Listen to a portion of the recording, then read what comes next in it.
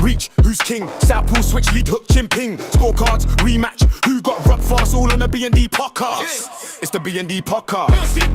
Big clash, rounds, belts, big gas, lock it. The B&D Podcast. It's the B&D Podcast. Boxing talk, big clash, rounds, belts, big gas, lock it. The B&D Podcast. Ladies and gentlemen, welcome back to the B&D Podcast with your host, Based Kid, and man like Danny Glover. Danny, how you feeling, my guy? Yeah, man, all good. Enjoying the weather. Loads of people complaining about it, but I was born in the summer, so I love the heat. I can't take cold, so I'm enjoying it. Nice. It's been quiet at work, so yeah, a bit boring, but other than that, had a good weekend as well. Trained Master Aficionado Junior a bit, did a bit of boxing and all that, and I've been gymming and I'm feeling the weight loss and the gains coming through. So yeah, I'm vibrant. I'm saying, man, talking about you can't take the cold and you're built for the cold. What are you talking about?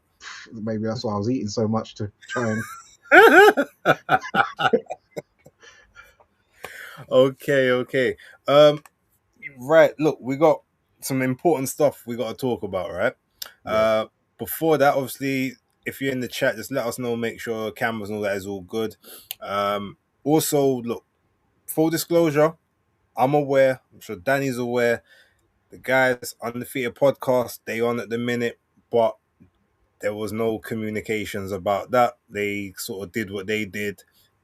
This is our day, so we're not jumping off of our position without a conversation. So if that means that the everyone's going to get a sort of split viewing, or people going to be jumping back and forth, or if that means that you lot ain't going to be watching this until tomorrow or whatever, it is what it is.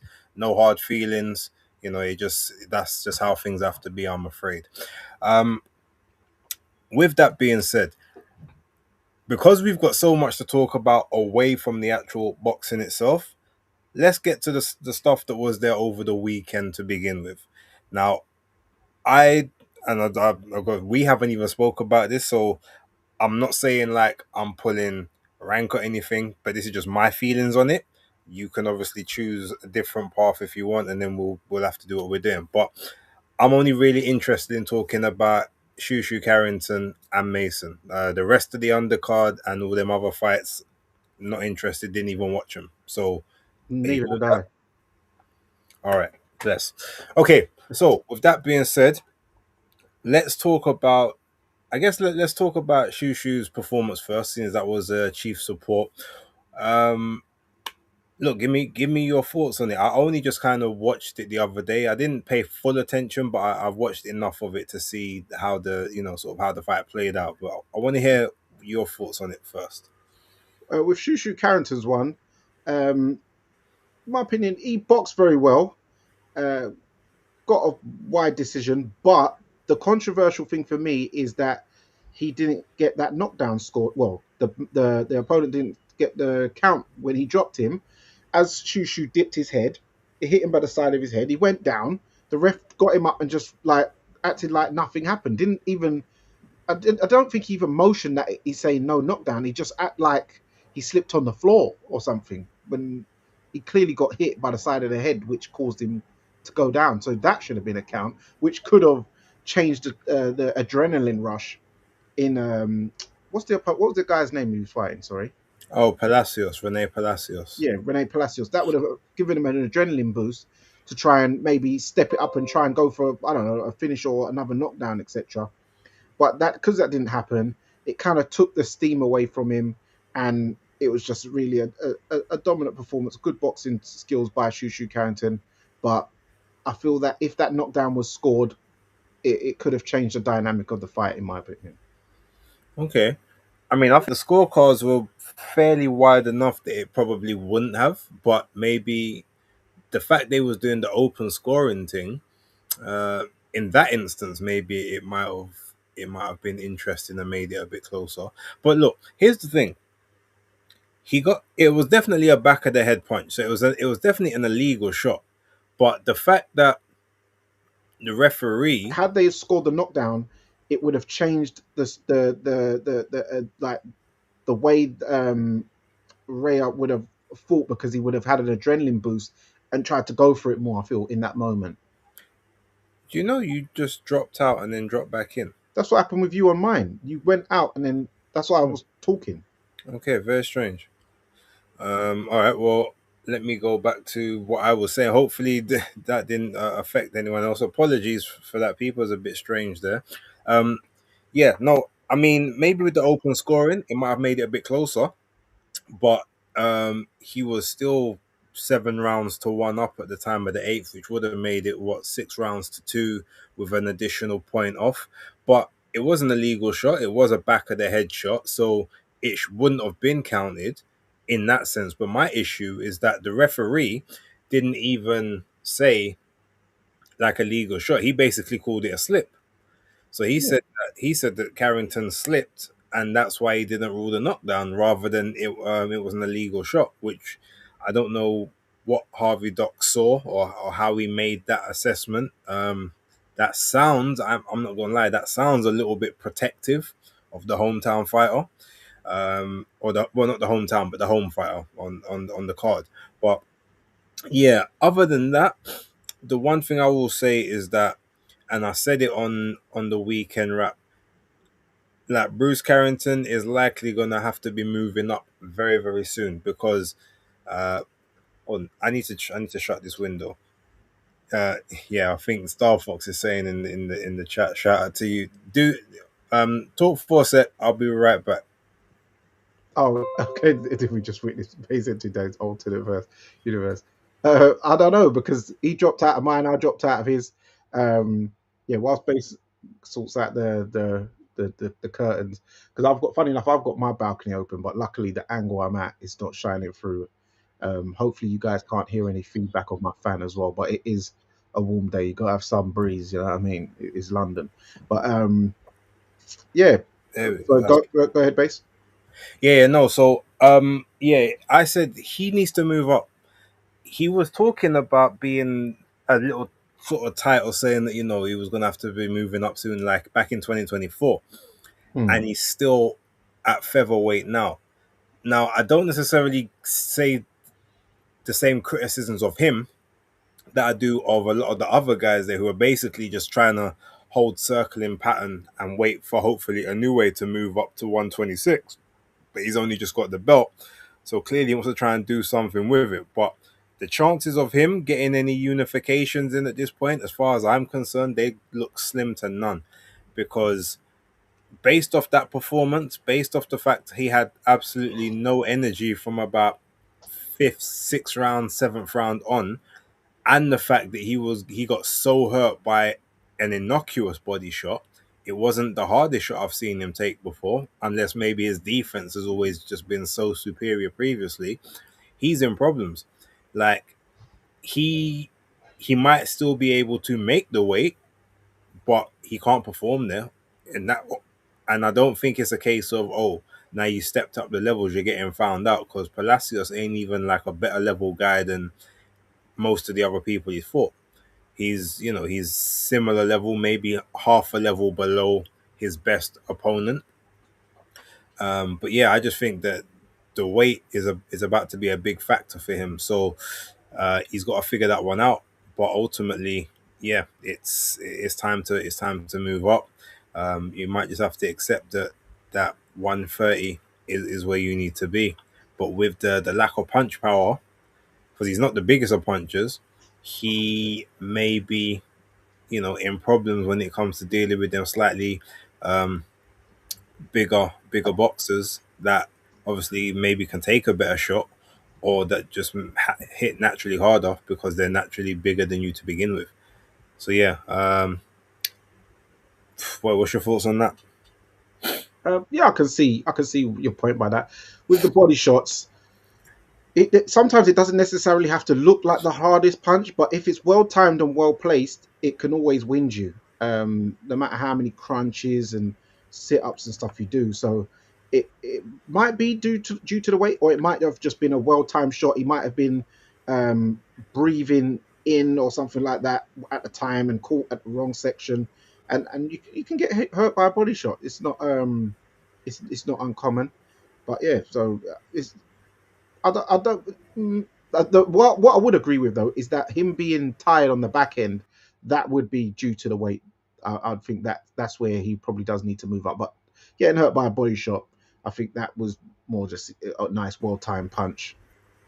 And I don't remember him really taking body shots in the past, so maybe we haven't really seen him get tested to the body. Which now fighters in the future will think, oh, just like when Keith Thurman first got hurt to the body, other fighters started going there and getting success. Even though, funny enough, Keith's never actually been down from a body shot, but he's been hurt on numerous occasions in various fights by them.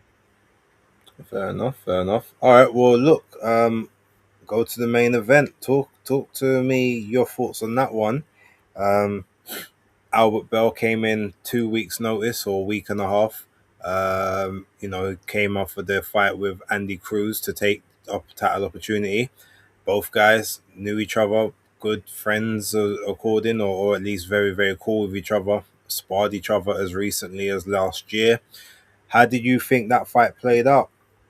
Yeah, so going into the fight, I didn't know too much about Bell. Obviously, was looking forward to Joe Cordina. People know what happened with that. But as soon as the fight got announced, I noticed in the comment section, everybody was like, oh, this is a tougher fight for Abdullah Mason than the Cordina fight. Oh, Bell could cause the upset here because he's been known to cause an upset before. And he's a very good boxer. And a good boxer, he showed on the first half of the fight. He was landing pull counters, taking the initiative. Not a big puncher like that, but he was landing clean. Mason his activity was very low. He was throwing like half the amount of punches. He landed 2 punches in the opening round. Bell landed 6. Yeah, they're both low numbers, but it's still very, for a champion to land only 2 shots in the opening round, very low. Bell, the moral of the story is Bell started very well, won the first 6 rounds on the commentator scorecards, my scorecard as well. But Abdullah Mason, in my opinion, he says, oh, I took him out in the talk. I could have done it earlier, but I felt bad or something. I don't think he could have took him out earlier, but I feel through their spars, as you said, they sparred as recently as last year. Mason would have known that probably if they spar, say they did like 4-rounder one day or a 6-rounder one day, Bell's going to get the better of that spot. And Mason knows that. So he's thinking, there's no point me trying to go all out, but I've just got to press, make him work whilst he's winning the rounds. Also knowing that he's not going to have had the full camp preparation. Yes, he might have been in camp for another fight, but the fight probably would have been scheduled for 8 or 10 rounds. I doubt it was a 12-rounder he would have been scheduled for. Which fight are you referring to? Bell. Was he not scheduled for a fight already? With Andy Cruz? No, it was in the final eliminators. It was a 12-rounder. Oh, okay. So, my bad. So, but I feel that Mason would have thought, all right, I'm going to get him on the back end because I know I can't beat him on the first half, knowing by the spars. And that's what he did from the 7th round on, even though really you're cutting it really fine. That's when he started to win rounds, really started working the body in the 7th, where Bell was holding on, busted his nose, and sort of like claret around his face and that. In the 11th, no, at the end of the 11th, he done the kind of Terence Crawford thing. But even though he actually asked the corner, how am I doing on the scorecards? Am I out? Should I stop him? Obviously, his coach has told him yes. He's gone out, come out like a freight train, hit him with some big shots. He's gone down. Bell's got up. He's trying to survive. Got dropped again by a shot that looked like it was on the forehead. His head snapped back, went down, but didn't look really too hurt by that one. And then the ref didn't even really look at him, just waved it off, which was a bit strange because normally you'd let them get up, have a little wobble. I know, Base, you like to see the blood and guts, and hey, I'm not for the the but I do, but that was early. That's like, I want to see a wobble at least. Like, but Danny, sorry, not to cut you, and obviously carry on afterwards. But do you not think my way, whether it's a bit more barbaric, is a lot more fine? It's a lot more final. Like there's no room for debate when you Yeah, do it the way I've discussed. yeah, it's way more conclusive, of course. Like sometimes, of course, I like to see a good knockout, a head bounce off the floor here and there, but it's not, I'm saying that it's not every week I want to see it, but I don't mind a good violent knockout here and there. That's the thing. I don't even necessarily want to see it. But all I'm saying is, if someone gets knocked out, or if someone gets dropped, or if someone is in a fight whereby there is that situation happening, I would rather a final conclusion to where we don't have any controversy regarding it afterwards. And to me, that is the only way that you can not have the controversy. It's either like the guy is given the full 10 count, or the 8 if it's in the UK, and he he either can make it or he can't, or he's like switched off, the lights are switched off on his feet, and he's literally like, limp on the ropes or something. So there's no further defending, because even guys, this out there like, show me something, but he's still with his hands up, he's still dodging, slipping, rolling. Some shots are getting through, some shots aren't, but he's still lucid. Even that, you might say, well, he didn't throw back, but maybe he was just hoping the guy was going to get tired and he might have his moment, because you can't sustain that attack. Those are kind of my issues with that. So I just feel like, give them every opportunity to make sure that there is no, oh, come on, ref, like I could have carried on, or that was the worst stoppage in the world. Like, if you're flat on your back with your eyes closed at the count of 8, 9, there is no, oh, come on, ref, I could have carried on. Yeah, of course. So Yeah, it's like yeah, it's been many knockouts like that. So yeah, no, I agree that it is obviously more conclusive. There's no debating about that. But the way the ref just turned around, didn't look him in the eyes, didn't let him get up and wobble. I just thought, what was that about? I know that it was close on the cards, but Mason would have been finally, for the first time in the fight, ahead on the cards, because going into it that wasn't shot, close on the cards. He was I know, ahead by. I know, yeah, yeah. When I actually saw, yeah, we're going to get into that. Oh, When you actually okay. see this, but I was talking about on the public's perception. Oh, And you mean Scott? You mean Mannix? Chris Mannix's card. yeah, and most of the publics. But then when you see the actual scorecards of 107, 107, 102, 102, and then 105, 106, 103. yeah, I'm just like, wow. But um, But I mean, Tim Bradley had the exact same scorecard as that. And so did Terrence. Even Terrence said, yeah, I mean, Bell's winning the first half, but he said he wasn't 6-0 like Mannix said. That's what they even said it on the broadcast. yeah, I remember him saying that at the end of the first half, because he's he's he's an interesting pundit, because he's quite cut and shut, ain't he? There's no frills. He's talking like he's talking sitting on the sofa with his brethren with some popcorn and a Bud Light. Yeah, just without the profanity. Yeah, of course. And the proficient use of the N-word, because that would be in the conversation. Like, Yeah, that's why I think he probably talks so slow sometimes. He's trying to make sure he doesn't say it.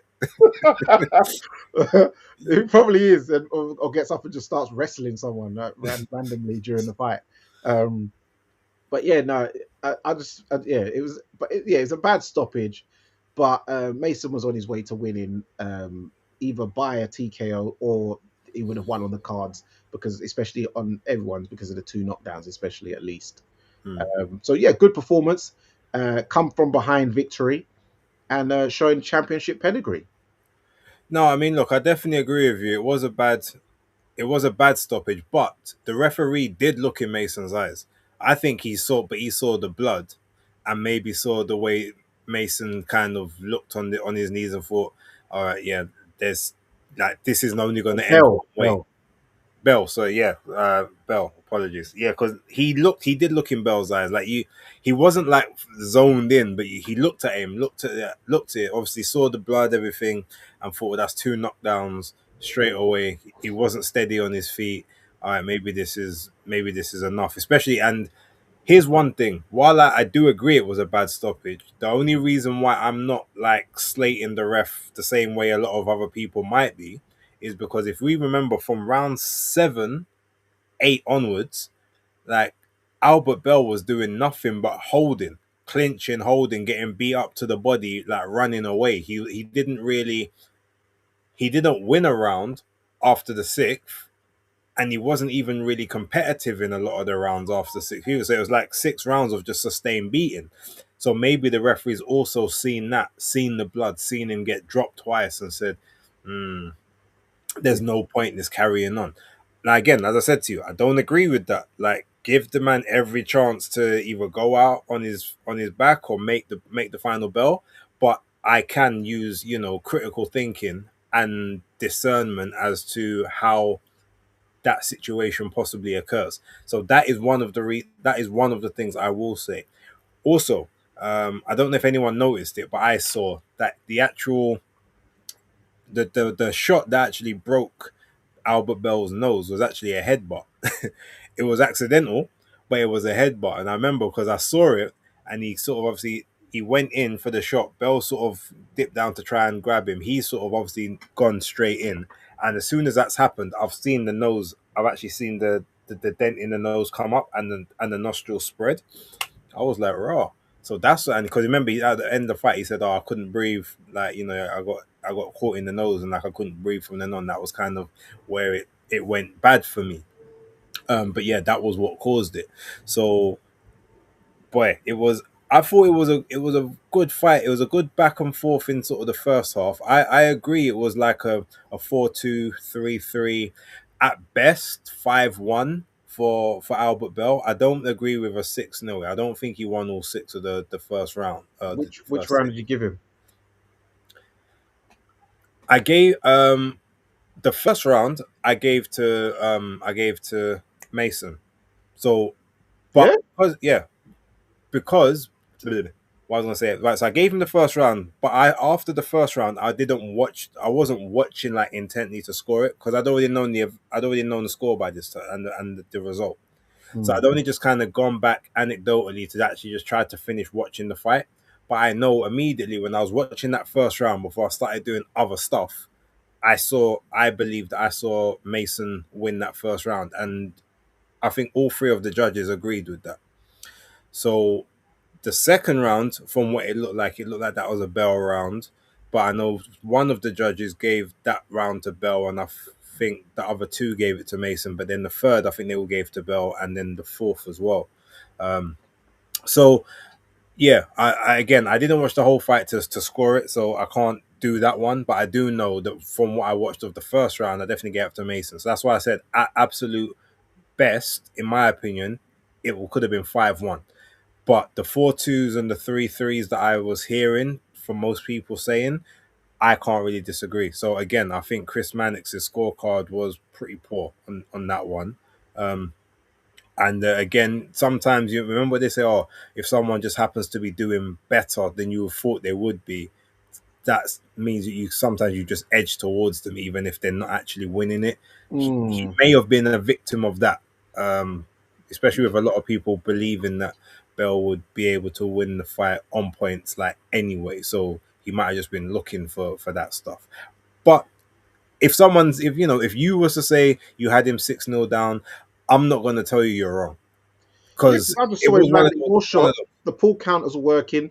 Mason wasn't able to really land shots. Hence, when you check even the combi box, his landing shots and I don't even necessarily talk about the throwing because it's all about the landing. Really, the landing shots, the percentage, Bell's was higher on the punch percentage connection.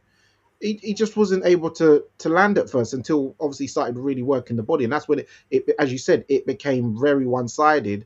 Where at least with the first six, Bell was a lot more competitive in the first six against. Mason was a lot more competitive in the first six when Bell was winning his rounds than when Mason started winning his rounds. These were very dominant. Almost you could give a 10. 8.5 or 8. You know what I mean? If there was an 8.5 in some of those rounds, it was that one-sided where he's not actually throwing, he's just holding and running. Yeah, I mean, look, the first round, the reason I remember because in the first round, Mason, from what I saw, actually connected a lot more than Bell did, but all of his shots were actually to the body. I don't think he threw any headshots in that first round. So, sometimes people don't really view it. If you work into the body, they don't score it the same. But I feel like he threw a lot more and landed a lot more consistently to the body. Plus, he was like the one pressing forward as well. So That's why I gave him the first. I just feel like it wasn't like the most, it wasn't like one person ran away with it, but he did um, land more contact in my opinion in that one. Um, but yeah, ultimately, I think that what this obviously did show for Abdullah Mason is that he has the ability to go through the gears. The same thing that we were just that we was not so much slating but questioning Carrington and these other guys. Some of these guys are, they're happy to just sort of do enough, whereas this guy, even though he's like, I know I'm not down on the scorecards, and they told me that I knew it wasn't correct, but I'm like, okay, cool, let's get it. And as soon as he's found that one opening, he's going to take it. He's like, all right, my gas tank is going to hold out. Like, whatever I'm doing, I'm going to, like, it's going to be me or you.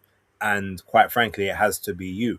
And he was able to go up the levels, bring them back down when he needed to, make slight adjustments. And then when those adjustments started to get countered, figure out another adjustment that the person had to then adjust to.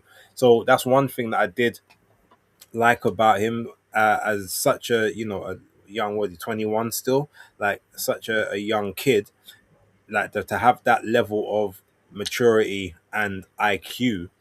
It's it's a really really good thing. And obviously with we talk a lot about the whole Moses Atalma thing. Like, I know Abdullah Mason's had much more fights than Moses has now technically, but that he's doing what everyone thinks Moses is gonna do. Like, he's actually proving it at that young age, showing what it can be like if you are a young, precocious talent that takes it serious, but also just has general intelligence. You're not just beholden to like what your corner's saying, or like if you can actually see certain things and you can take certain chances, opportunities, and you can think for yourself. You take in the information you're getting, but you can also think for yourself, and he's doing it at the higher levels.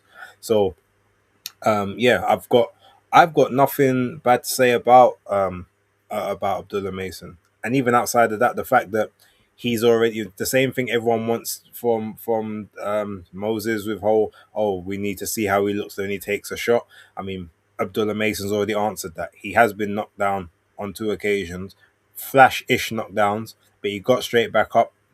Composed, got back to job, didn't let it rattle him, didn't let it phase him. That's the kind of again, it's just he's literally what everyone's begging for Moses Atama to be, just in a much smaller weight class, so maybe it's not looked at in the same way.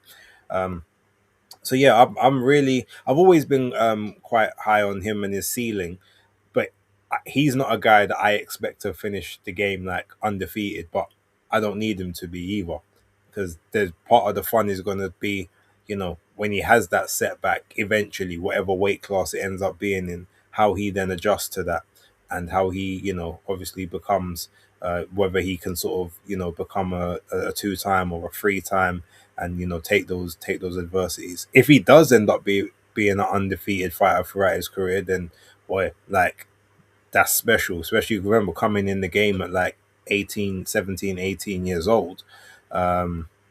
Yeah, nothing but praise for the young man.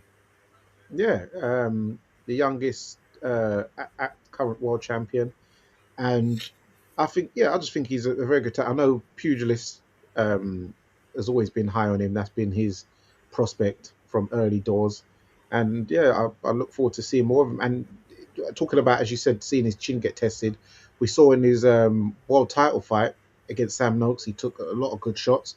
So he's tried and tested. So I'm looking forward to the journey continuing with Abdullah Mason. I like how he is. I like how he conducts himself. I like the family. Obviously, I don't know them personally, but just the way they operate and move, I like them. Yeah. Yeah, I really, yeah. Shout out to the family. Shout out to the Mason Five. Although some of them first names are crazy. I ain't gonna lie.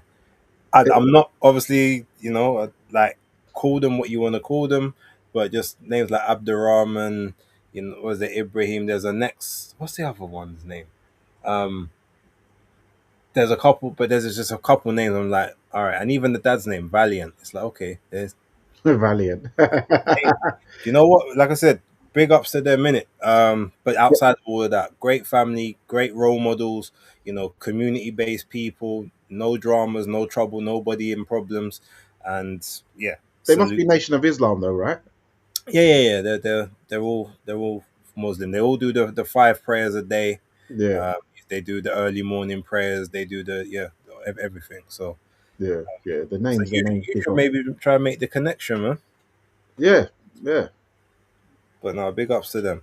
All right. So look, with that all being said, the all that stuff out the way, I guess let's go to the next biggest topic because there's some other stuff obviously we need to talk about. But like Fury Joshua, Wembley pending a late night opening license.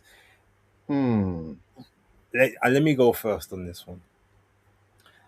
I don't understand what we're doing here. Um, Technically, I do understand what we're doing. Like, basically, what Turkey is saying is, I can't make the money that I want or have the eyes on the event that I want if it's in the UK.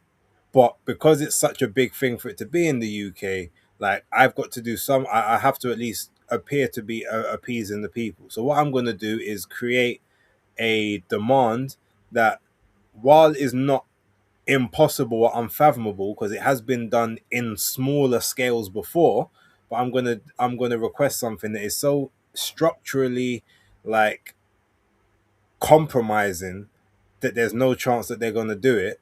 Therefore, it's gonna allow me to take this onto US time zone. And I just don't understand why. I mean, I get it.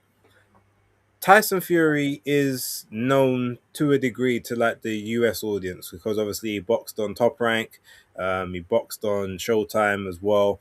Obviously done the Netflix thing. The Netflix thing was in the UK on the UK time zone.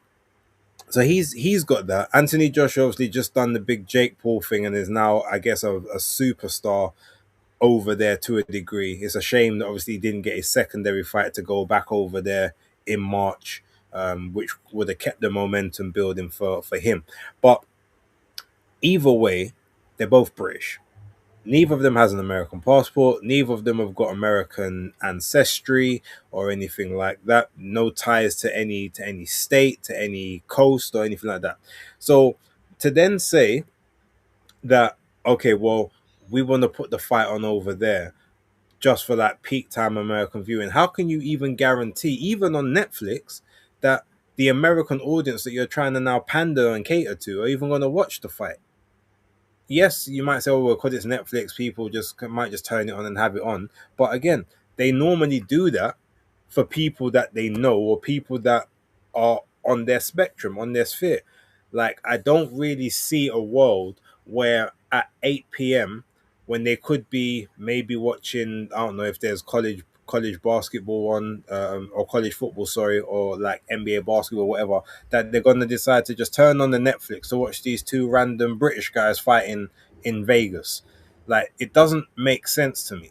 And then even when they're like, oh well, we can have it, I want it in the UK, but it has to be on global time so that everyone can watch, including America. But it's like, no, it's not global time, because if you put it on at that time in America, then what time is it in Australia all of a sudden? It's like, what, I think it's 11 a.m. in the morning or something like that, or maybe 1 p.m.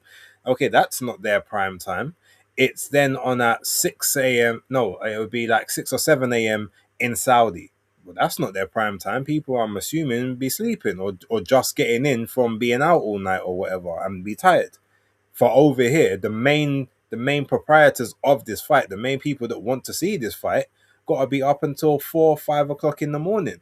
Even if you do the hybrid thing and say, okay, they will ring walk at 1 p.m., which would be like 8 o'clock in America or something like that, that's still people got to be up for no reason. The whole point of people saying it needs to be in the UK is because people want to see it in the UK in prime time UK. If it's on Netflix, as we're talking about, all the rest of the world can watch it at the exact same time. There doesn't really, what, and whereas a lot of people are like, oh well, people won't be in the house or whatever. Half the people who watch Netflix don't watch Netflix in their house anyway on their TV. They watch it on the phone or their tablet when they're out.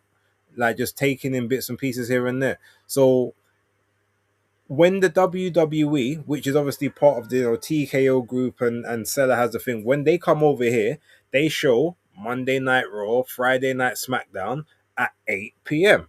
Or if it's in France, sometimes it might be 7 p.m. because of the time difference and whatnot. And when they go to Saudi, it starts at 5 because they do it at local time, and then you just watch it live from your stream at that local time. I don't really see why we're trying to do all of this finagling for a US market that don't even care about boxing like that, especially boxing that ain't theirs. It makes no sense to me. It outside of okay because it's Vegas or Netflix think that if it's on an American time zone, then they've got more chance of more people watching it. But I don't even think that's the case. I think you put it on the time zone of the most people that are more likely to tune in, and then everyone else around the rest of it is like that's bonus, in my opinion. I could be totally wrong. I don't really know the metrics like that, but what's your opinion? Because I just think it don't make no sense, and it just sounds like performative movement for something that doesn't need to be performative. Yeah, for me, what I got from it is that Turkey is being heavily financed by Netflix. So for this time thing, for it to appease America, because he's not doing it to appease Saudi, which he has normally done in the past, and he's definitely not doing it to appease us British fans, where the combatants are born and raised, is to appease America. And that, the only thing I can think of is that Netflix is going to be heavily bankrolling it, but Turkey's going to be seen as the face of it and um, look to promote it like it's him putting it on, because obviously it's going to be a ring card. Yes, he'll probably put a bit of in, but I think Netflix might put the bulk in, and that's why part of the stipulation might be for that is, yeah, but you've got to put it on for our prime time boxing. And as you said, we don't know if the US market. Yes, we know Tyson Fury made his bones in the US by having the three Wilder trilogies. That's where he's most known for. AJ, yes, he's got the Jake Paul thing. The ladies are all, daddy's home and all that kind of stuff.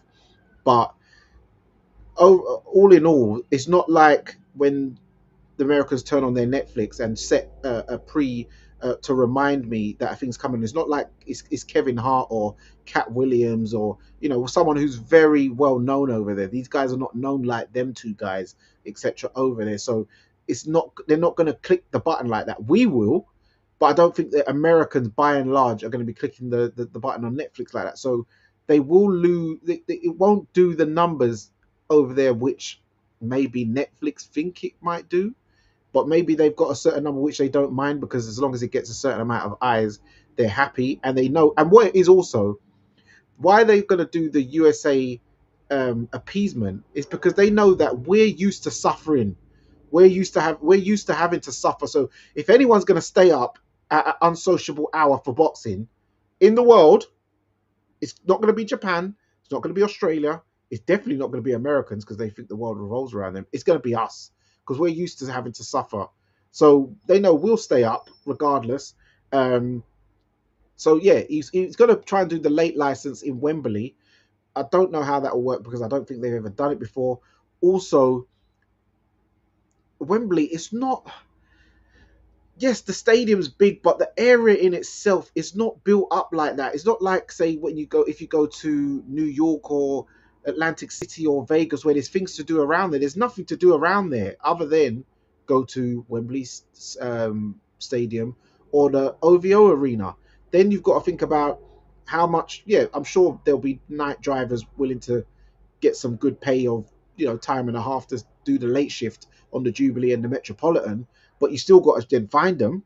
You still got to get extra bus services running, as well as the tube services, extra tubes. Even though I know on a Saturday it does run 24/7, but you need to get extras because it's going to be piling out, because it's going to be 90,000 people, etc.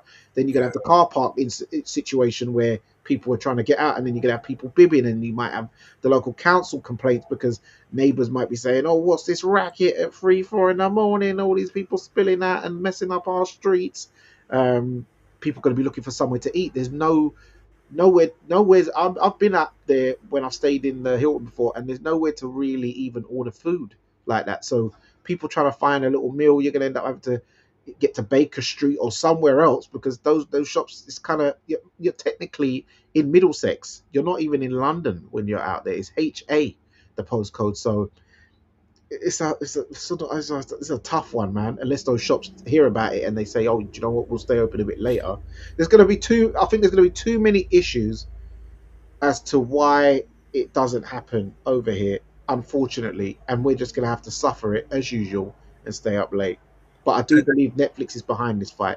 Oh no, Netflix are bankrolling the fight. That's not a shock. I think everyone knows that. Hence why there are certain. But even outside of that, when you look at, if you say, oh, that the whole night bus service, it's not even just the Jubilee and the Bakerloo. No, you got to also remember everyone who's going to the fight don't live in northwest London or Middlesex or Harrow or North. There, some of them are going to be in East, West London, Southeast London. Like, how are they getting home? Like, so you've literally got to think of the entire infrastructure of the entire city, and then that's not including the people that travelled in, who didn't have hotels and stuff. So it's a big mess, and it's a case of like Turkey's tried to do the damage control. Oh, like we want it there, but it has to be on good global time for everybody, in including it. It's like, no, just say, look, it's got to be like the US are bankrolling it, so it's got to be it needs to be their time, and that's why we have to do it in there. Because if you remember, even if you like when they talk about, oh, like, well, look, 90,000 people, you got to remember, Netflix don't want 90,000. They would actually rather have it in a bedroom with no one there, just the cameras, so that everyone has to watch it on Netflix so that they can get the extra subscriptions. They don't want to. The lower the gate is, the happier they're going to be, because that means more people have to come to their service to watch. So for them, 90 to 100,000 people watching it in the stadium, they're going to hate that, because that's 90 to 100,000 people that ain't on their service, like partaking in the.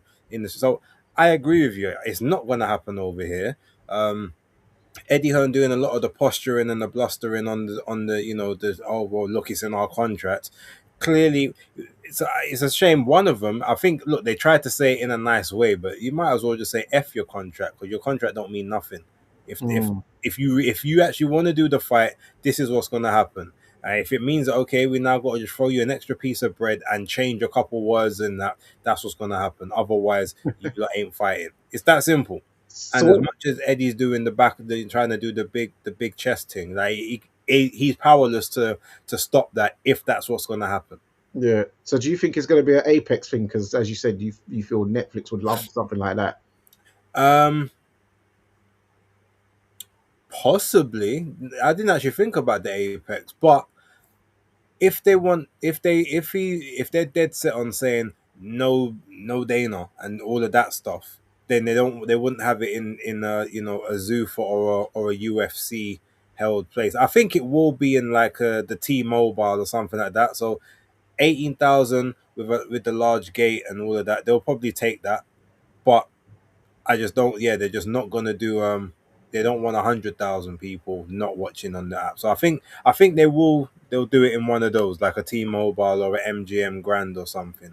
Yeah. But Or I mean, the they might Apex take is a it to the good shout, to Hulu. be fair. They might take it to the Hulu.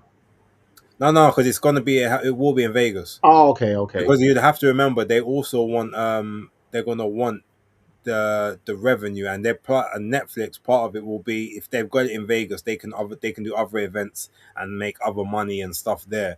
Whereas New York is a bit harder to do, plus it's a lot more expensive to book, because they don't have the other infrastructure around it and all the other places. So yeah, they was definitely talking Vegas, Okay, fair enough. But it could which be. makes it even worse, because remember, if they're talking prime time, they're 8 hours behind us. So even if they start the event there at 5 or 6 in the evening, that still ends up being 9 o'clock on the west coast, on the east coast. And most of the time, remember, I used to hear like Jules and that complaining that a lot of the main events for the top rank cards, when they was on ESPN, like the main events weren't starting until like 12:30. 1 o'clock in the morning because they was being held on the West Coast, and also they had their slots after whatever prime time sports was on. So yeah, it's I mean, look, it's not looking nice for that. It would have been a nice fight to go to, although let's be honest, I probably wouldn't have gone anyway because I'm not paying no stupid money for tickets, and I'm not sitting up in the gods either. So um, yeah, but and it definitely ain't getting no accreditations for that. You already know. But yeah, but yeah, that's the rant, I guess. Lost. Okay, so final thoughts on it. What do you think's gonna happen, and how does it make you feel ultimately? I feel it's going to be taken to America um, in a smaller facility. I don't think it will necessarily go in the T-Mobile or the MGM. It might end up in the Cosmopolitan or Caesar's Palace. One of the maybe a different hotel to the even though Caesar's Palace has historically been used for quite a lot of good fights, so it might end up in Caesar's Palace. I feel. Okay, fair And how does enough. it make me feel? Annoyed because I know we like to say, "Oh, it'd been a good fight for us to go to," but realistically, we probably wouldn't have gone anyway. But it'd just be good to know it's here, and we're just gonna have to stomach the time. But it's not something we haven't done before. But it's just annoying we have to do it for fighters we know really we should be watching at 10 p.m. where we could do a nice, easy watch along, wide awake, not having to get a monster or a relentless can out. You know what I'm saying? So that's the annoying part. I hear that. Okay, so I guess if we move off of Netflix and their shenanigans for the moment, and we bring it back to the zone, you're going to be really happy because you've got a lot more content for your DAZN Ultimate package coming up over the next, what is it, the next month and the next 6 weeks. You've got 3 more pay-per-view events, 2 of them on the same day. Like, so you've got Spence versus Zoo first thing in the morning, and then you've got Joshua versus Prenga in the evening time, both pay-per-view, both on the zone, both I guess free with your ultimate subscription. Tell me though, even though someone who does have the ultimate, what is your thoughts and feelings on those pay-per-views plus the one just announced, which was Rolly Romero and Teofimo Lopez in August? The And 22nd. even should that be pay-per-view? Let's talk about it. Yeah, the 22nd of August, another silly pay per view. They're all stupid pay per views. None of them are pay per views. Errol Spence versus Tim Zoo coming off their forms. How's that pay per view? I don't know. Yes, Errol's my guy, big fish, yard man. But listen, you haven't fought in 3 years. You took a shellacking. This is not pay per view, and you're giving and pay per view at midday, 1 in the afternoon. Come on now, who's buying that? Who's buying that? This is just stupidness. Then you've got Anthony Joshua versus Prenger. All right, I can understand why that is pay per view because anything Anthony does is pay per view if it's not on Netflix. Not true. Let's not forget Jermaine Franklin, that wasn't pay per view. Robert Helenius, that wasn't pay per view. How is Preng a better fighter than either of them? No, he's not. Was Helenius not pay per view? Nope. Remember, it was supposed to be Dillian White, and they took it off pay per view when Dillian got the adverse finding. Yes, because I remember Jermaine Franklin was it, but I thought Helenius because I remember the card. Yeah, as you said, I remember the card was initially billed pay per view. Okay, so yeah, if that's the case, then Prenger. Yeah, Prenger's come on. So then that's not really pay per view. But I said I can see why they're doing it. They're sticking it on the ultimate, even though it's not an ultimate tier fight because this is not an ultimate fight. This is stupidness. So that's just annoying. It's just another Saturday fight night, which I expect AJ to blast him out quite quickly. And then you got Teofimo versus Rolly. Teofimo coming off of a loss, a very comprehensive loss to Shakur Stevenson. Rolly, yes, you won your last fight, but 2 fights ago you got beat. So it's like, how's that pay-per-view? Pay-per-view and pay-per-view for us. I know in America they charge them $70 and $90 for all sorts of nonsense, but Now we're having to take this nonsense as well. This is it shouldn't be migrating over here. So what? I've got to stay up till what 4 in the morning and pay per view to watch these two. Come on now, man. This just more annoyance. Like I've cancelled for next year anyway. I've already hit the cancel button, so they're not getting no money out of me. I'm not even going to do the normal regular one. I'm just cancelling my DAZN subscription point blank for next year because you've robbed me. I hear it. I hear it. And on one hand, the only thing I can say is, at least as crap as these are in terms of should they be pay per view or not, at least you've currently got access to them. I don't. I will pick and choose which ones I'm prepared to put my hand in my pocket for, and I've already told you I'm not doing Joshua Prenga. I As much as I would have been keen to look at Spence and Tim Zoo, and obviously some of the other guys that are on there, obviously Jamal Charles and stuff, I'm not going to be purchasing that pay per view either. Rolly and Tiafimo, if the undercard is top notch, I may consider it. But again, that's one that I'm still not necessarily going to factor in. So I feel like my for having to maybe miss out for say a week on actually being able to watch the full events properly on my DAZN, because obviously they do upload them for you to watch a couple of days after. Have I spent the same amount of money on my DAZN subscription as I would have if I had made the ultimate? I don't think I'm quite there yet.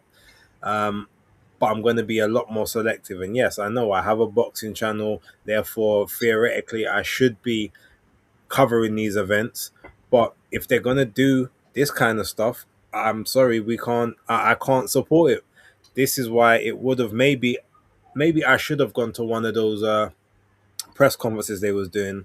Like I know October Red went to a couple and stuff like that. Shout out to her, and she was speaking with guys like Alfie Sharman and those other guys at DAZN. I would have loved to speak to them. The only problem is they kept giving me notice that we've got a press conference like with a day's notice, and it was on Mondays. If it was Tuesdays or Wednesdays, I probably could have gone to them. But yeah, I'm just like, you guys, the fact that you can even try and justify to say, oh, well, look, yeah, but you've got the package which can get you all of the, the pay-per-view content. The fact that you're putting things on pay-per-view, are not pay-per-view cards, just because maybe people are talking about, oh, well, the cost, that's the only way to do it based on the cost. Well, guess what?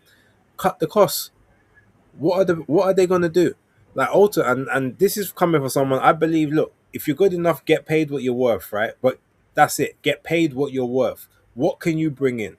Take a look at your last 5 fights. Take a look at what your gate receipts were. Take a look at what your numbers were, your streaming numbers, your pay-per-view numbers if you was on pay-per-view, whatever it is. Right, this is your work. This is what you can prove that you provided. If you can't sustain that, then we're not paying. And guess what?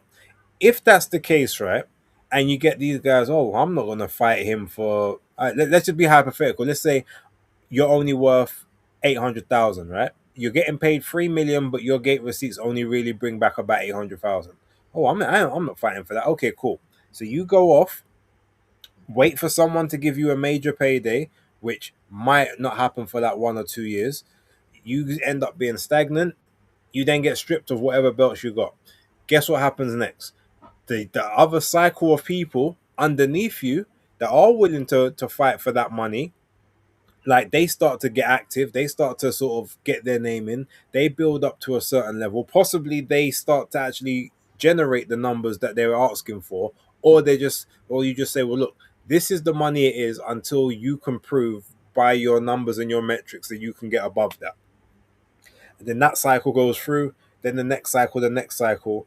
It will end up a little bit like the Zuffa thing in one sense, but it's not about capping you at whatever. It's like, no, whatever you can generate, because there's pure of these men that are making money that they're not bringing back, and obviously that's where the deficits is being caused.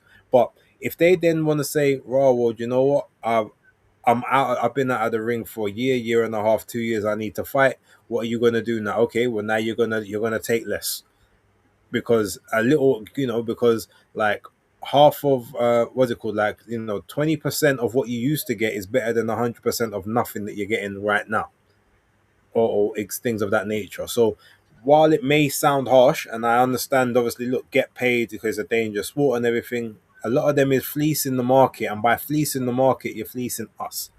And if I'm the one that you're expecting to buy your fight or to watch your fights, I should not have to be paying for the substandard ones, or pay for a fight just because it's basically like a marginally better fight than what you might normally have as a tune-up. Like, that's, to me, if you're not a pay-per-view, I've always thought pay-per-view, it should be for like the biggest and best of stars, like, or the guys that they bring back those numbers consistently. A Canelo, a Joshua. I still don't even know Tyson Fury does numbers like that, but a Tyson Fury potentially, depending on who he's fighting. Like, or if you've got matchups with two really solid fan bases together, coming together, all right, maybe I see that one. And you can, like, again, all about metrics. Can you prove the money you're asking for? And if you Mm. can, then we shouldn't actually need the pay-per-view in the first place, because Yeah. even people are going to show up on the gate, or or if it is a pay-per-view, those necessary people are going to purchase it, and we're going to hear about the numbers. Because all of these, for me at the time, I ain't heard about one set of pay-per-views recently where, like, the numbers have been big. Because that if they was generating big numbers, 400, 500, 600,000, 700, 800, a million, they're going to promote that. So when they don't even tell you what the numbers were, for a fact the numbers weren't great. They may have just about been break even ish, but that's as far as it goes. So if that's the case, you might as well tell them you need to take a pay cut, or you need to take your worth and build up your popularity that way. But that's idealistic, I suppose. But I'm sick and tired of this. There isn't 12 pay-per-view level fighters in boxing right now, like, across in the entire world, in my opinion, let Mm-mm. alone having a minimum of 12 pay-per-view events. No, definitely not. Usyk versus as Rick, who is it? Phil Maticone said that, yeah, the Rico Van Hooven, that was not pay per view. For instance, I know it's going on Netflix, but I'm sure we can both agree, had Fury and AJ, or somehow it miraculously does end up on the zone, that is an ultimate package fight. I would pay for that. If I didn't have the package, I would pay £30 for that, easy. No qualms. Even if I've got to stay up till 3 in the morning, 4 in the morning, 5 in the morning, I'll pay, because that's a proper fight that I want to see. Like, there's a proper fight. But there's too many of these things going on pay per view that are not pay per view. And that's what the problem. And as you said, what it is that the boxing had a good run. Boxers, should I say, had a good run when Turkey Al Sheikh first came in with Riyadh season. He was paying over the odds. You had Fabio Wardley versus David Adelaide for a British title fight, and they both got £500,000 each. I'm not pocket watching. I'm just talking the numbers. Yeah, this is not normal. That's not the market value of a British title heavyweight fight, but they got paid that. There was fighters making 6 figures, 7 figures for fights that they know they wouldn't normally get those type of purses for those particular fights. But now it's come to a point where, yes, the gravy train is over and the market is getting recalibrated. So some people do need to get realistic and remember what their purses was and what it was like before the Riyadh season came in. Otherwise, you're going to end up PBCing yourself and being very inactive. And as you said, people will overtake you that wasn't on your level before, and then you'll get beat by them when you do come back and get taken out and around because you've shelved yourself rather than you even getting shelved. You can scream and say, oh, they're not giving me fights. No, you price yourself out. So now you're at the back of the queue, son, because there's always people willing to work for them. This is the same thing we have society-wise. We hear people talking about stop the immigrants, they're taking our job, they're taking. No, you don't want to do it for a certain price. You don't want to get out of bed for less than a certain price. But there's people who are young, hungry, or even old and hungry that are willing to work for the price. So you just have to get realistic. As you said, if you're able to bring the metrics and bring the numbers, show the proof to the big paymasters at these networks, and they will pay it. They'll go, oh, do you know what? He's got a point. We might need to up it a little extra 10-20% and buff up his purse. Like a Johnny Fisher, he can. Yes, he's not a world beater, but he can prove I sell. People tune in to me. People pay their hard-earned money and buy tickets off of me. So this is why he got a special ticket deal with Eddie Hearn, because the numbers were factual. But a lot of these fighters, their social media presence is non-existent. Unless they're fighting, you don't see them posting about anything. You don't see their day-to-day. You don't see what they're up to. You don't see that they're still in the gym. All you might see is one or two videos or photos of them on holiday in Magaluf or Ibiza or on a yacht somewhere, and then that's it. They're probably off doing whatever. So that tells to me, to fight fans, that you're not in the gym. Otherwise, you'd be posting that you're in the gym, raring to go, still active, still training, like you see with Craig Richards, like you see with Tyler Denny, like you see with Denzel Bentley. You see them posting training videos actively. Conor Ben, a lot of people don't like him, but guess what? The guy's training a lot. Yes, he does the nice luxury life, but he's always in the gym training, or wherever he is. He could be in some fancy helicopter. He's still doing a bit of training after that. So you got to help yourselves. Otherwise, get with the times or get left behind. I hear it. And I guess, look, with that, we don't need to sort of beat a dead horse. And I really don't like that term, but I can't stop saying it because it.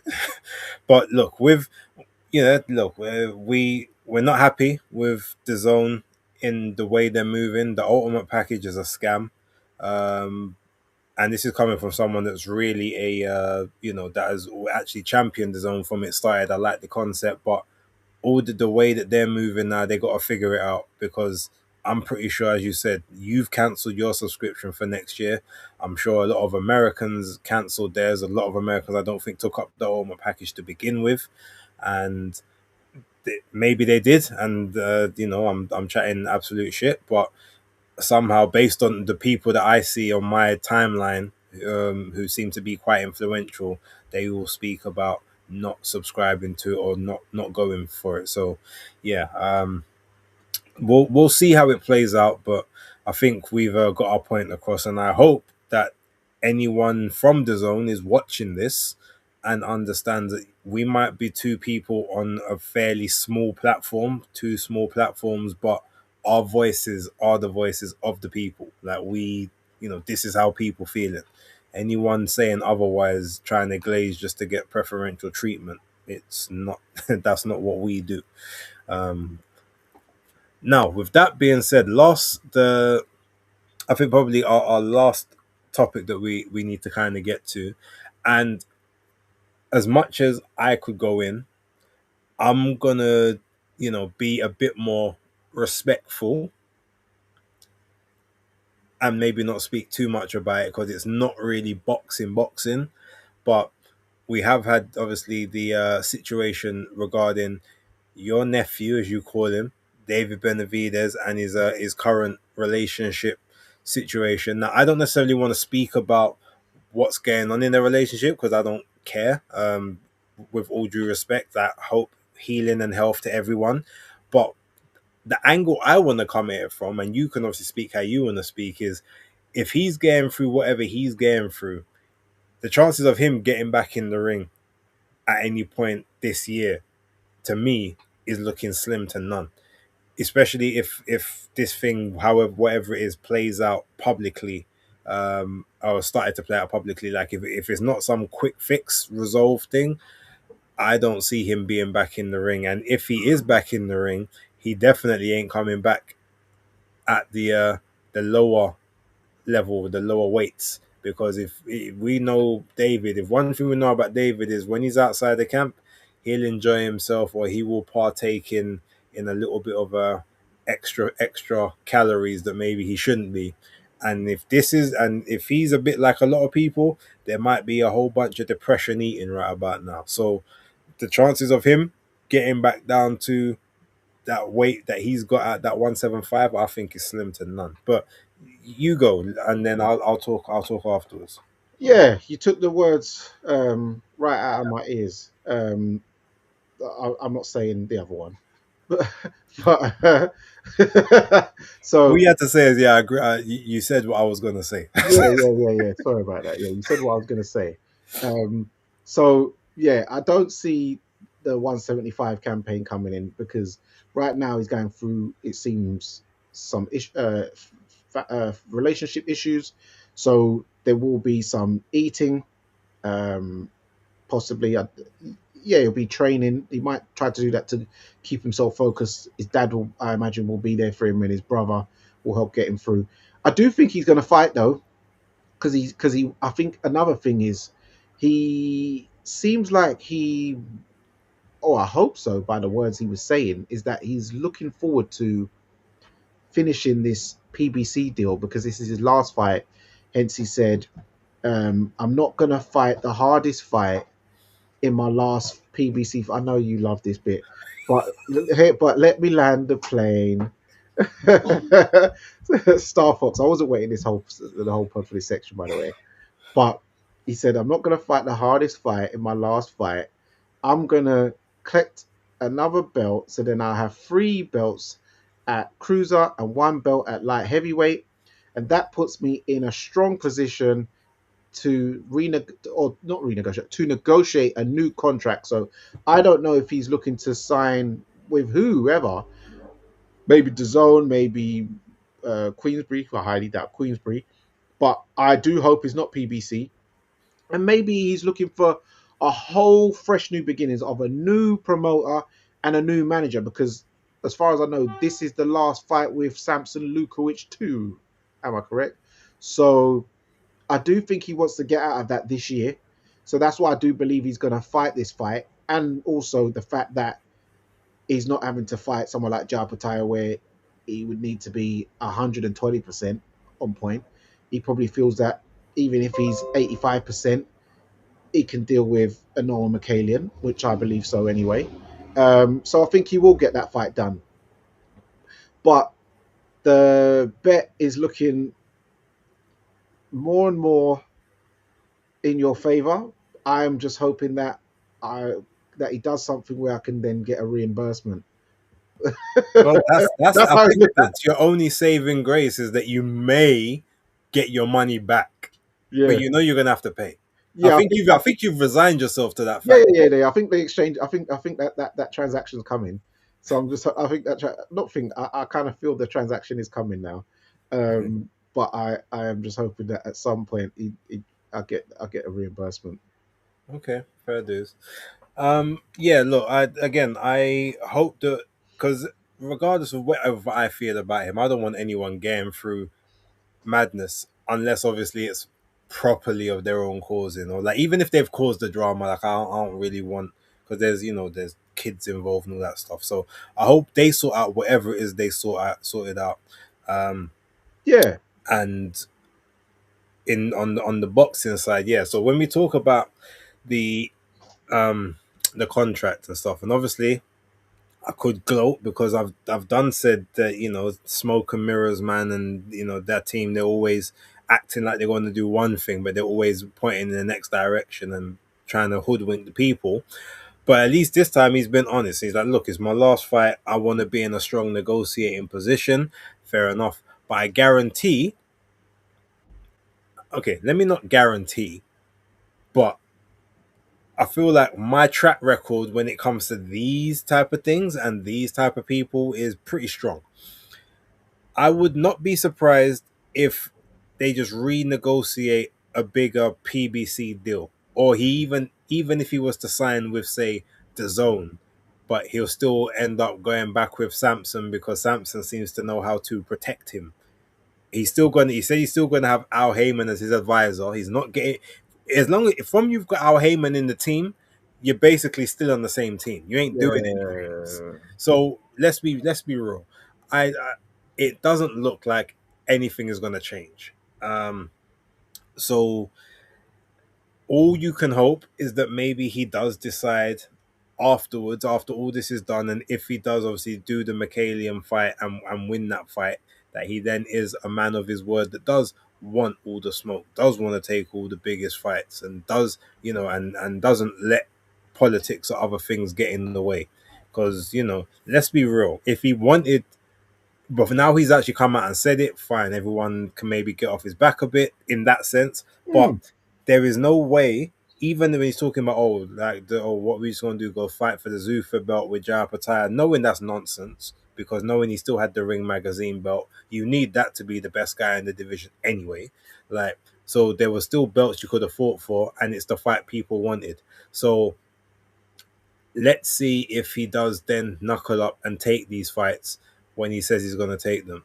The only thing I wouldn't want to see is maybe it comes to like 2027, the back end, or 2028, and everyone's talking about, boy, he should have moved up. He should have just went to heavyweight time ago, and now the weight is starting to get harder to make all that stuff. The same things they're going to say about, because the one thing you're going to want, I know they like to say timing is everything, but you don't want to make the timing so much of a disparity that now you can't get the credit for what you want. You still need to try and get that sweet spot between, catching someone at just the right moment, but they're just still, there. Like, they're not quite on the tipping point yet. You're the one that's pushed them on the tipping point. You don't want them to be over that tipping point on the side of the rock, hanging like Mufasa, and then you dig the clothes and then you throw them off. You don't get the ratings for that. Like, if Scar and Mufasa was actually fighting and Scar thumped him off the rocks, like, okay, you're a bad man. You know what I mean? So if we're going to just do the analogies there, so I think, sooner rather than later, but I just don't think anything's happening this year. But we'll wait and see. And outside of the boxing thing, like, again, we just hope that the family sorts out whatever they need to sort out, however they need to sort it out, and the kids, no one has to, take any undue sufferation and all that stuff. So yeah. And anyone who was wondering about why I deleted the post off of Instagram yesterday, David reached out to me himself and asked me to delete the post, which I did respectfully. Did probably a bit of a little. Yes, you don't have to say the rest. You don't have to say the rest. I can confirm that David Benavidez did actually message Danny, private messaged him and asked him to remove the post. I've seen it myself. So and who knows? It might be an opportunity. There is some conversations where maybe in the future, when obviously a lot of this stuff has died down, he might be able to come on the podcast, or even Danny might be able to do a communication with him. I don't know how keen he would want to be to speak to me, but you know me, I don't hold no grudges like that. If he did come on, I'll happily give him his time. But you guys know I'm gonna ask the questions and I'm gonna press the answers as well. No, I think he would. Because as long as we're talking boxing and we're not delving into his personal life like that, I think he's up for answering the questions. Well, we'll see. I've seen a couple of his interviews before. People have asked him things he ain't really liked, but you never know. Either way, look, I'm respectful of anyone's time anyway, but that just doesn't mean that that I will feed into the bullshit. You guys have seen me talk to people that don't like me before, or you've seen me talk to people where I ain't really liking things that they've said or takes that they've given, and you've seen the results of those interviews. So, like, whether I'm face to face with someone, whether I'm on the screen, like, it is what it is. You guys know how I stay. So, Alex Berlotti. Yeah, maybe I'll do the warm up first. Get the little the icebreaker in, and then the base can put the heat on. But we'll see how it goes. But yeah, big ups to the Benavidez family and all that, man. It's all. All right. Well, look, I think we've done some good work. So the way we're going to just finish this really, really quick, because to be honest, I don't think anyone's going to care now that the main guys ain't on the card anymore. But you got Murat Gassiev, the newly crowned WBA world champion, taking on I've got it here. Oh, what's his name? His name is Peter Kadiru. Peter Kadiru, that's the one. Yes, Peter Kadiru is the replacement for Tony Yoka. who apparently fell ill with a back injury. So prayers and wishes to him. Obviously, we've still got Soslenkov against Joe Joyce on the undercard. So just give your prediction on those two fights. I don't know anyone else that's on the card. I know Maisie Rose, I think, is fighting on Wednesday, isn't she? Or no, Saturday. On one Oh of yeah. those, yeah, one of those lower promotions. I saw it on the Zone. Oh yes, I did see because it was a poster with loads of fighters on there. I do remember seeing that, but I don't remember what the was it top tier? Yeah, top tier card. That's Yeah, it. yeah, yeah, yeah, yeah. Yeah, they've actually got her picture with the girl on there now. So they're yeah. Oh, that's So good. I don't know if it's the main event or isn't Shauna Brown? Isn't she fighting? Oh, Yes, she top tiers is. on Sunday. Ra Holcomb says thank you for that. Shauna Brown, I think she's fighting this week as well for like the EBU title or something. Yeah, I think so. Yeah, I know she's fighting. Yeah, Shorter Brown's fighting as well in there. But my predictions for it, yeah, Peter Kadiru, he's 23-1, 13 KOs, heavyweight from Germany, uh, Ghanaian background. I know he is a sparring partner for Anthony Joshua. I don't know how much preparation he's had for the fight. So I'm going to go with a Murat Gassiev victory. I don't know how tough he is. Ghanaians tend to be tough and durable. So I'm going to go with a Murat Gassiev points victory, unless he does gas out and then he could get stopped later on due to fatigue. So I'm going to go with Gassiev on there. Joe Joyce, I feel Joe Joyce, he is fighting, what's the guy's name? Artem Soslenkov. Oh, Artem Suslenkov. 14-0 Suslenkov, 9 KO. I've seen this guy fight before, actually. Yeah. Arthur Mann, I saw him fight, and Argon Smakishi, and he took them both out, actually. Oh, man. And Joe Joyce, how old is he now? He's 41. got, oh, no. He's 40. Yeah, he's 40. Oh yeah, it's 41 in November. I think. Yeah, so Joe, he's been out of the ring for a while. I don't think he's going to be any better. He's fighting a younger, fresher man in Artem who's 10 years younger than him. He does still take a good shot. How good of a shot, I don't know. I'm going to go with Artem points victory. Yeah, I'm going to go with a Suslenkov points victory on that one. Yeah, we're just going to see him take shots we don't really want to see him take. Well, one thing I will say, Soslenkov is quite a short heavyweight. He's only 6'1". I think, and he's not like the fastest of guys. He's okay speed, but he's not the fastest. But without, because I haven't really done the basis picks and stuff yet, and obviously I'm not sure how much I'm going to invest into doing that this weekend, but I wouldn't be surprised if Joe Joyce actually outworks him.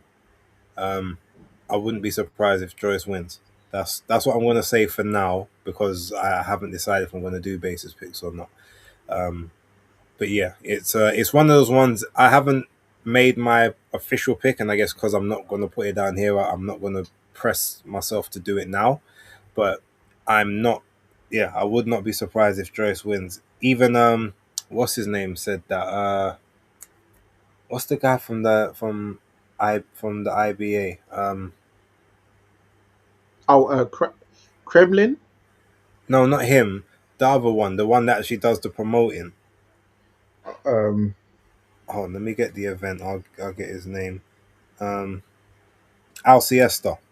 Yeah. okay. Yeah. Oh, yeah, Al Siesta, yeah. Yeah. He said that like Soslenkov is like, look, he's okay, but realistically, like, it's not a fight that he should be winning.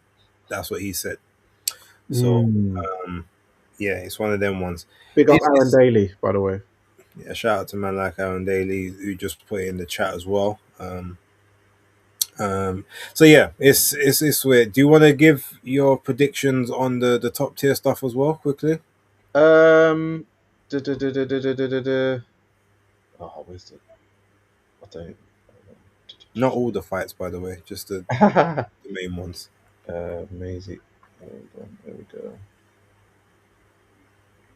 So we got Maisie Rose versus Megan Redstall, who's 7-0-1 for the vacant WBO International Flyweight title. Um, I'm gonna go with Maisie Rose on this. Obviously trains at the Matchroom Gym, trained by John Ryder. Yeah, I'm going with Maisie on this. Shauna Brown is in a 10 rounder versus Lilia Sharifi. I've seen her fight before actually. Who did she fight? Who I remember. Um, I've seen the name, but I don't remember the exact person who she fought. So I'm gonna go with I'll go with Shauna Brown should win that on points. Um, just I don't recognize anyone else really on this like that. I know the name Jermaine DeWayo. He's fighting in a 6 rounder. Ain't that Derek Chisora's cousin? No, I don't think so. I think that's him. But Boris Crichton's on there. Jermaine Brown's on there. Oh yeah, Jermaine Brown's on there. He's in an 8 rounder. George Crotty's on there versus Boris Crichton. Oh, that's an interesting fight actually. Hmm. That's a step up fight for George Crotty. I imagine he will win on points. George Crotty. Uh, who else did you say was on there? Sorry. Jermaine Brown. Yeah, Jermaine Brown's on there, but you said someone else. Those are the only ones I mentioned. Oh, okay. Yeah. I've got George Crotty on points. Jermaine Brown. No, I've got the Taiwo Masuru guy winning. That Jermaine DeWayo, I've got him winning. I'm pretty sure he is Derek Chisora's nephew. Um, and I've got Shauna Brown winning on points and Maisie Rose winning on points. Yeah.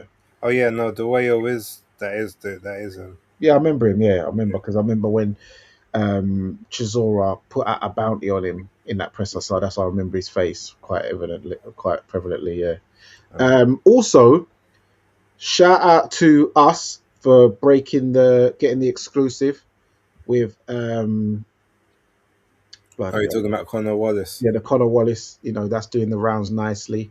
Also, it's a travesty what I had to post yesterday with Chris Bird, former heavyweight champion, only man to beat Vitaly Klitschko inside the distance, even though it was by injury, but either there or there, is that he got stopped by a guy named Anthony Walsh. The guy looked like he probably just come out of the amateurs or something, and he got stopped in one round. He's 55 years old, had no legs under him, totally shot. Why his team would allow him to get in there was totally disgraceful. It's for the WABA title. It was sad to see. I just hope he doesn't get back in the ring again. Hopefully he doesn't need the money, but I don't know if it was for ego or what. But yeah, it's over, buddy. Just let it go. Great. All right, look, ladies and gentlemen, thank you guys very much for tuning in. Again, I know that we were against Undefeated Podcast for the majority of it, but judging by the numbers that we've got, even though I think a lot of it is on the old Twitter and not necessarily the YouTube, the people still wanted to hear from us. So appreciate you guys for always riding with us. The Raw Holcombs, the Star Foxes, Alexander Wilson, Aaron Daly, all of you guys. I know Philip was in there earlier. He's coming back. Even my resident troll, Alex Bellotti, shout out to you. And yeah, I know, I think Dan the Man jumped in. Pokes' Live was here. Who else was in there? I want to make sure that you all get mentioned because you were Phil Maticone as well. Salute to you. Saint _Saint. Oh yeah, Saint as well. Man like Saint, and no Saint's he's a true diehard of the channels. He's always ever present. So yeah, salute to all of you. Regardless of when you got in, appreciate it very much. But yeah, we're going to leave it there. Probably, I'm not sure about basis picks this week. I ain't gonna lie to you. But yeah, I'll see what I feel like. But I might do some other videos this week to make up for if I don't do that. But yeah, other than that, enjoy the rest of your night. Enjoy the football. Oh, actually, wait. I did see someone ask us for football for match predictions for the rest of the matches. So let me go. Okay, so Switzerland and Colombia are on now. 50 minutes gone. I do think Colombia will take that, possibly in extra time. I'm going with France to beat Morocco on Thursday, Spain to decimate Belgium on Friday, and England to scrape by Norway on Saturday. But it's not going to be a easy one, and that's all we've got at the moment because Argentina. I think Argentina will end up facing Colombia, and if that's the case, I think that might be a draw in full time, and then it may be a penalties thing. But don't quote me on that one because I don't know who they're actually facing just yet. But yeah, that's my opinion. Danny, you got any others? Yeah, so I've got Colombia beating Switzerland tonight. Yes, even though it's 0-0 at the moment. So then I see them going through to face Argentina in an all-South American clash. I remember last time they played each other was in the America's Cup or American Cup, and Argentina beat Colombia 1-0 in a tight game. How Argentina pulled it out of the bag today, I don't know. They've both got quite an old team, Argentina and Colombia. I think that Argentina will beat Colombia in that match. I see France beating Morocco quite handedly. I see Belgium beating Spain because Spain, to me, have not looked impressive, really. They just about got through Portugal, who was an old team, and it's not like Spain really played that well. It's just they was dealing with old men. So I see Belgium beating Spain the same way I saw Belgium spank that ass on America.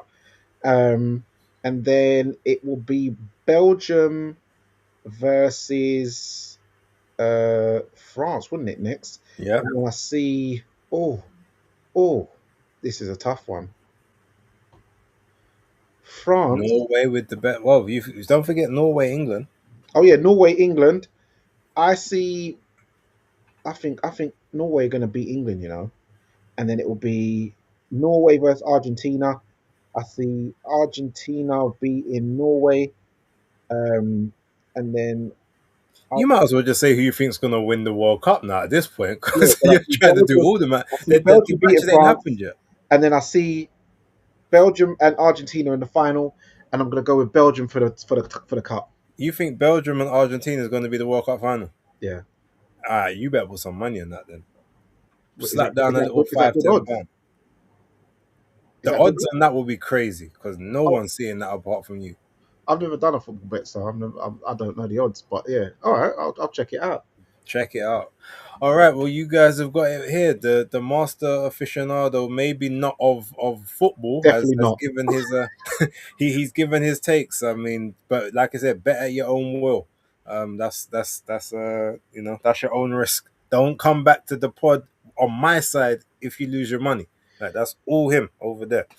But with that being said, ladies and gentlemen, look, thanks again for tonight, and we'll catch you on the next one. Until then, peace. Chat stats, pop jabs, reach, who's king? Southpaw, switch, lead, hook, chin, ping. Scorecards, rematch, who got rubbed fast, all on the B&D Podcast. It's the B&D Podcast. Big clash, rounds, belts, big gas, lock it. The B&D Podcast. It's the B&D Podcast. Big clash, rounds, belts, big gas, lock it. The B&D Podcast.